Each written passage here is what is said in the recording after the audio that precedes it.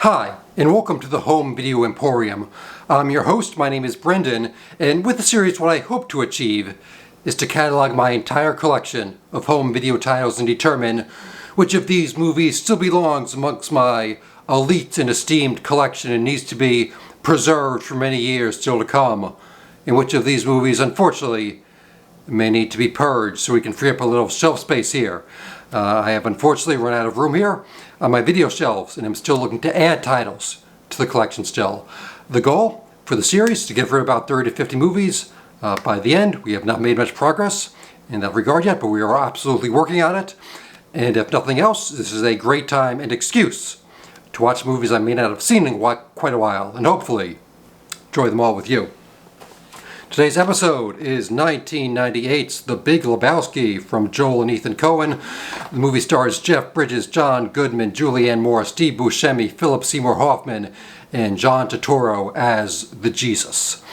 This was a movie, unfortunately, I did not catch at the theater. Not very many people did. It was both a bit of a critical and commercial flop at the time. But when I went to college, like so many others, I had brought maybe 20 to 30 DVDs and VHSs with me.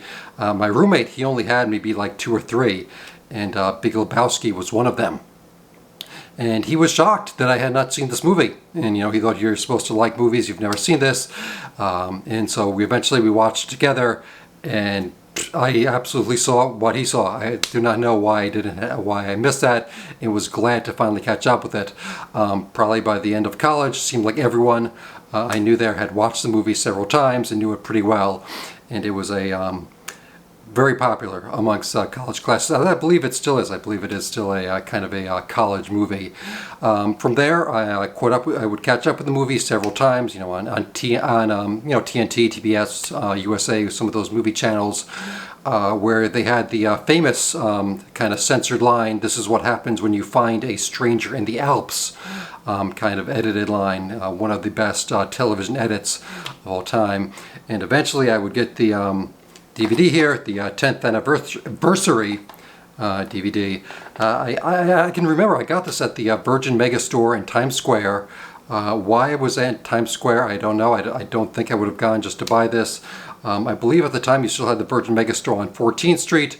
You also, I think, you still had Tower Record stores. You still had, the Union Square, Barnes & Noble. So why was all the way up in Times Square? I don't know. I don't go there often. But regardless, I was there at... and I got Big Lebowski. This may have been the same time, if memory serves correct, that I got both Alien and Aliens.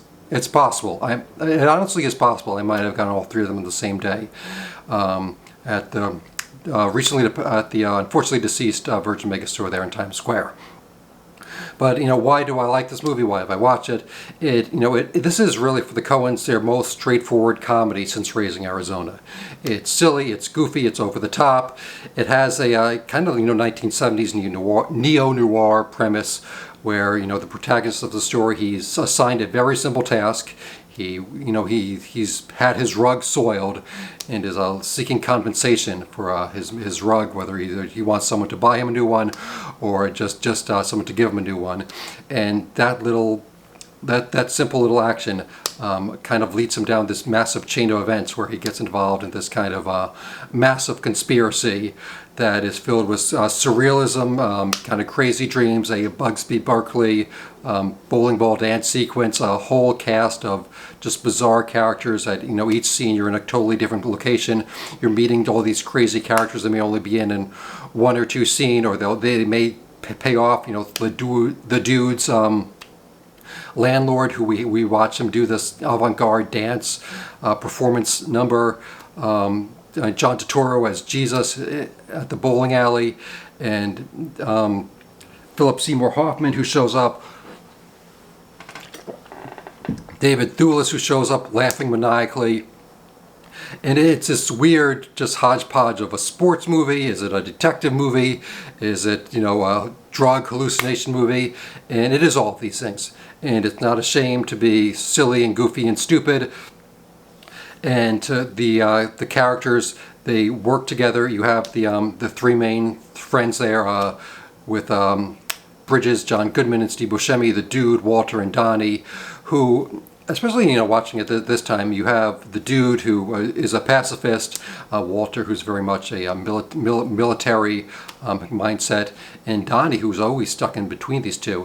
And it kind of feels like a lot of times when Walter is exploding on Donnie, he's almost taking out the aggression that he feels to the Dude for their kind of misunderstanding and the fact that they can't, their disagreement politically and socially, and Donnie is always kind of the man in the middle. I like the framing of the three of them. They're almost always in the same shot. Usually Donnie is in the background. He's kind of just watching the scene play out. It's all over Buscemi's face. He's seeing the hostility of Goodman. He's seeing Jeff Bridges trying to calm down the situation. And even though he only has a few lines of dialogue and is instantly shut up by Walter, he's playing it all off so great. My favorite framing of the three of them is when they're talking to Jesus, and the Dude's got his hands up kind of like this, and Donnie's head is just right in between his arms, where he's looking right through there, and it's so great. It tells so much about that character that he's still part of the scene, even though he's almost being blocked out. The three of them have such great chemistry together. I know a lot of people talk about Totoro as this amazing scene-stealing character. He's barely even in the movie, but again, so much with the fingernail, all the rings, the dancing. Everything. It's such a great scene. And again, people. One of the criticisms is the story doesn't even make sense. There's a lot of coincidences that have to happen, where the nihilists have to know that Bunny's going on vacation. All these kind of things that have to always play. That Walter is actually going to give the Dude a ringer, and therefore the Dude, thinks that Big Lebowski's mad at him for not giving out the briefcase, which he believed actually did hold the $1 million. So there are a lot of coincidences and things that have to kind of happen to make it all make sense. But I think it does. Even if it doesn't, it's still a really crazy, just out of control, funny movie. Again, excuse me. And matching with the Dude's much more laid-back performance, as opposed to H.I. McDonough from Raising Arizona, the camera work, the editing is much more in tune with that. It's not the crazy frenetic work we saw in Raising Arizona, where the camera movements were all crazy, super wide-angle lens, matching all the crazy stuff that Nick Cage and Holly Hunter were doing in that movie. Here it is much more relaxed camera. It's letting the scenes kind of play out, where the Dude is kind of just trying to be just a zenful guy, just more laid back, and occasionally Walter is always bringing it out of him. But it is a much more laid back movie, not as visually flashy, but still a lot of good framing. And again, the bowling scenes really are dynamic. This does work as a sports movie as well, with all the great camera movements, where the camera was on a motorized skateboard following the balls down the alley.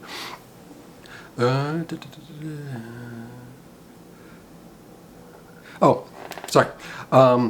One of the things I did also notice about this one, at the end during Donnie's funeral, there is actually a very tender moment between the Dude and Walter, where they do hug it out at the end, and you can see Goodman just kind of really bring him in. It is a sweet moment, but the very next scene, where they're back at the bowling alley with Sam Elliott's stranger character, the Dude is just kind of happy-go-lucky, and he says, man, strikes and gutters, whatever. So it's really weird that there's no real pathos to Donnie's death. The bartender, he mentions Donnie, Sam Elliott mentions Donnie, but it seems like it's just washed over the Dude, like the gravity of the situation just almost doesn't mean anything anymore, like he's completely forgot it, which is, I don't know if that was intentional or not, but it is kind of a bit of a sad moment that he's not, I mean, he does have like a black armband on, so he is still remembering Donnie, but it is just a weird touch. I don't know if the Coens were going for anything with that or not. The special edition, this is the 10th anniversary, which obviously means it came out in 2008. You do get interviews with the Coens, with Bridges, Goodman, Buscemi, Julianne Moore, and John Turturro. The Coens talk about pretty much when they were promoting the movie, all the questions were you guys stoned while you were writing this movie? Were you guys drunk when you were writing this movie. And then Ethan tells a story that because the carpet and the soiled carpet and the need for a new carpet is such a catalyst to get the story going, that they were contacted by Floor Coverings Weekly, and they want to know about some of the carpets in this movie. And both Joel and Ethan say they loved talking about it. They had a lot to say about the carpeting in this movie. And the person who was interviewing them kind of was ending the conversation earlier, and they wanted to keep going and they wanted to keep talking with it. They said they would pose for the cover of Floor Coverings Weekly with the carpet, but they say it never materialized. They never sent them the copy, and I'm not even sure if the article even exists or not, if there really is a Floor Coverings Weekly or not. Ethan, I believe, brought up that they gave the script to producer Joel Silver, who has been working with them now, I think, since Barton Fink. No, maybe Barton Fink or Miller's Crossing. So we produced a few Coen's movies, or at least helped him out as an executive producer in that line. That he did suggest that the movie should end with the carpet, and they thought it was a decent idea, just didn't want to rework their whole entire script. They talk a lot about the characters and how Jeff Bridges, he has a lot of Zen Buddhist friends, and they consider the dude to be a Zen master. They talk a lot about all the other characters. Totoro in this, he brings up there should be a sequel about his character, Jesus, which eventually he makes it himself. The Coens don't do it, but he makes a movie called The Jesus Rolls, which I think came out in like 2017, 2018. I didn't see it. I don't know. I saw one movie that Totoro directed himself, Cigarettes and Coffee, or no, that was Jarmusch. What is it called? Something like that. Maybe I thought it was okay. There's a movie called The Jesus Rolls, which is a sequel to Lebowski. Audrey Tautou from Amelie is in it. I mostly think it got bad reviews, but it might be worth watching out. John Totoro, if nothing else, is a very exciting actor in all he does. One of the best special features on this is Jeff Bridges talks about a camera he has. It has a real panoramic kind of scope where it gets these super wide wide-angle shots, a black and white camera, and he shows a whole photo album that of pictures he took during the making of this. It's a weird setup where he's sitting at a desk, the camera's over his shoulder, looking down at the book, and Jeff Bridges is looking in a mirror, talking to himself as he narrates it, which is just an odd setup. I don't know why he's not looking at the camera directly.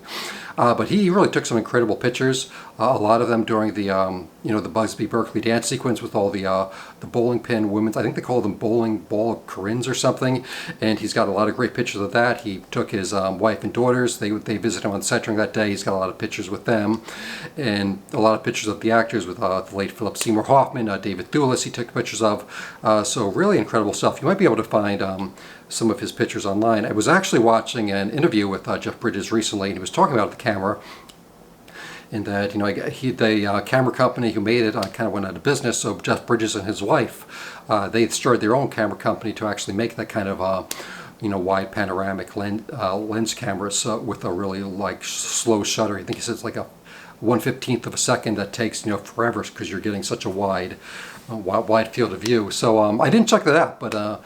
With those incredible pictures, and maybe I can. If they're not super expensive, those cameras, maybe I will check it out. And they do talk about Joel and Ethan, that they were influenced by Raymond Chandler. They liked a lot of the private eye stuff, and they kind of a lot of the more episodic elements of those stories, where the characters kind of shepherd from place to place to place to place, kind of against their own will, and they were eventually able to get the necessary information or clues in order to solve the case. And 1 second. And one of the interesting things, positive things about this is, with the interviews with Jeff Bridges, John Goodman, Buscemi, Julianne Moore, and John Turturro, is, these were conducted 10 years after the fact, and they all speak very highly of the movie and of the experience, which, I've talked about special features that are filmed kind of making of, where they're being filmed on the set, and there, you see, oh, this is such a great project. I'm so, it's such a great script. I love all my coworkers, and that may not be their true feelings. They're just promoting the film, where it is refreshing to see something that came out 10 years ago, and they're still speaking very highly of it. They still really enjoyed the performance. They have nothing but positive things to say about, the Coens, as well as the other co-stars, and really the whole crew. Buscemi mentions this, that he thinks that Lebowski, coming after Fargo, which was his big critical success and took the Coens to the Oscars, that he thinks that may have just set people up on kind of false expectations for Lebowski, and kind of the wacky nature of the movie may have turned people off, and that may have been why it wasn't an immediate success, and then kind of just took off a few years later, which I think he could be correct on that, maybe people were expecting something different from the Coens, even though, just in the movies we've been talking about so far, they've been going all over the place. They went from Raising Arizona to Miller's Crossing, which I actually think is a much more, stylistically, a much bigger jump than going from Fargo to Lebowski. Fargo is still very much a dark comedy, and dark comedy that does have some kind of intense scenes, but I don't think it's as much stylistically different as some of their earlier stuff. So they're still jumping around, all these Coens, and they're still successful pretty much, I think, in everything that they've done so far, which is why I have everything on physical media, home video. So let me check my notes.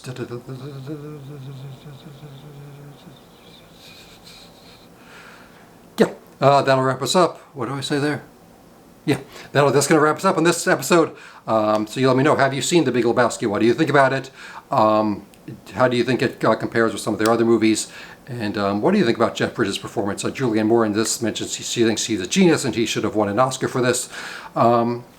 Is she correct in her assessment of Mr. Bridges' performance in this? So until next time, we got a few more Coens to go, and then we're going to move on from there.